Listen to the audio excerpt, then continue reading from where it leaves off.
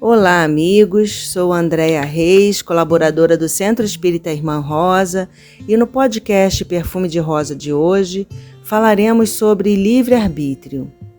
No livro Religião dos Espíritos, capítulo 83, Emmanuel, pela psicografia de Chico Xavier, enfatiza o conceito inserido no Livro dos Espíritos, questão 843, cuja pergunta é: o homem tem o livre-arbítrio dos seus atos? E os espíritos respondem: visto que ele tem a liberdade de pensar, tem a de agir. Sem o livre-arbítrio, o homem seria uma máquina. Bem, vamos ler o texto do capítulo 83, recebido em reunião pública de 23/11/59, cujo título é Se Desejas. Toda melhora parece distante, toda superação surge como sendo quase impossível. Pediste, porém, o berço terrestre no exato lugar em que te cabe aprender e reaprender. Não ouvides, por isso, que o domínio da lição não dispensa vontade. Recebeste no lar muitos daqueles que não te alimentam a simpatia. No entanto, se desejas, podes transformar toda a aversão em amor, desde que te decidas a ajudá-los com paciência.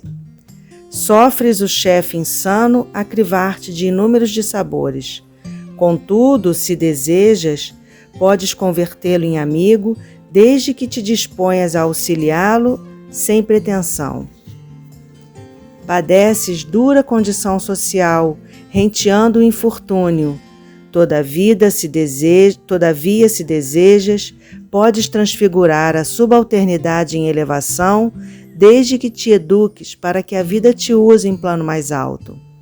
Trazes o órgão enfermo a cercar-te de inibições.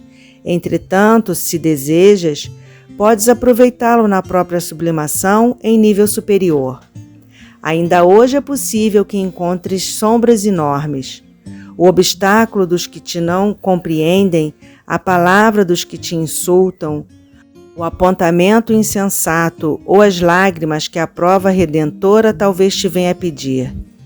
Mas podes usar o silêncio e a oração, clareando o caminho.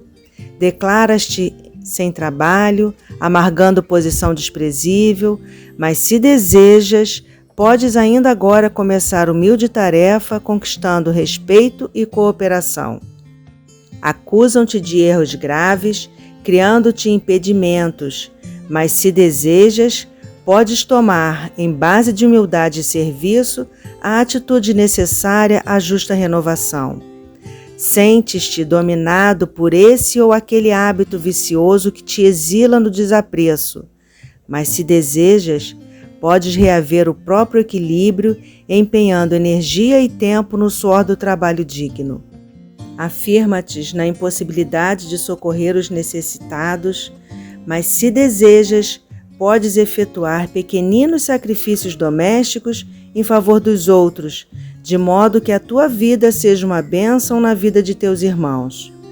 Para isso, porém, é preciso não esquecer os recursos singelos que tanta gente deixa ao ouvido: o minuto de tolerância, o esquecimento de toda injúria, o concurso anônimo, a bondade que ninguém pede, o contato do livro nobre, a enxada obediente, a panela esquecida, o tanque de lavar, a agulha simples, a flor da amizade, o resto de pão. Queixas-te de necessidade e desencanto, fadiga e discórdia, abandono e solidão. Mas se realmente desejas, tudo pode mudar. O Espiritismo não criou o livre-arbítrio. Encontramos esse conceito em várias doutrinas, várias filosofias ao longo da história. O que o Espiritismo faz de diferente com o livre-arbítrio é a responsabilização na tomada de decisões. O indivíduo segue numa boa direção ou ruim, como consequência das suas escolhas. As decisões que tomamos tem a ver com a soma de aquisições de ordem moral. A diferença entre os espíritos está exatamente nessa diferença de graus de experiência que são alcançados, adquiridos pelo exercício da sua vontade, que é o que chamamos de livre-arbítrio, que é a escolha. Na doutrina dos espíritos, aprendemos que a caridade é caracterizada pela indulgência, benevolência e o perdão. Então, cada vez que fazemos escolhas nessa direção, damos passos, aumentando o nosso capital espiritual, usando adequadamente o nosso livre-arbítrio. E quando deixamos de fazer isso, nós não nos capacitamos a dar esse passo. A doutrina espírita coloca o livre-arbítrio dentro da lei de causa e de efeito e dentro do processo evolutivo da criatura humana.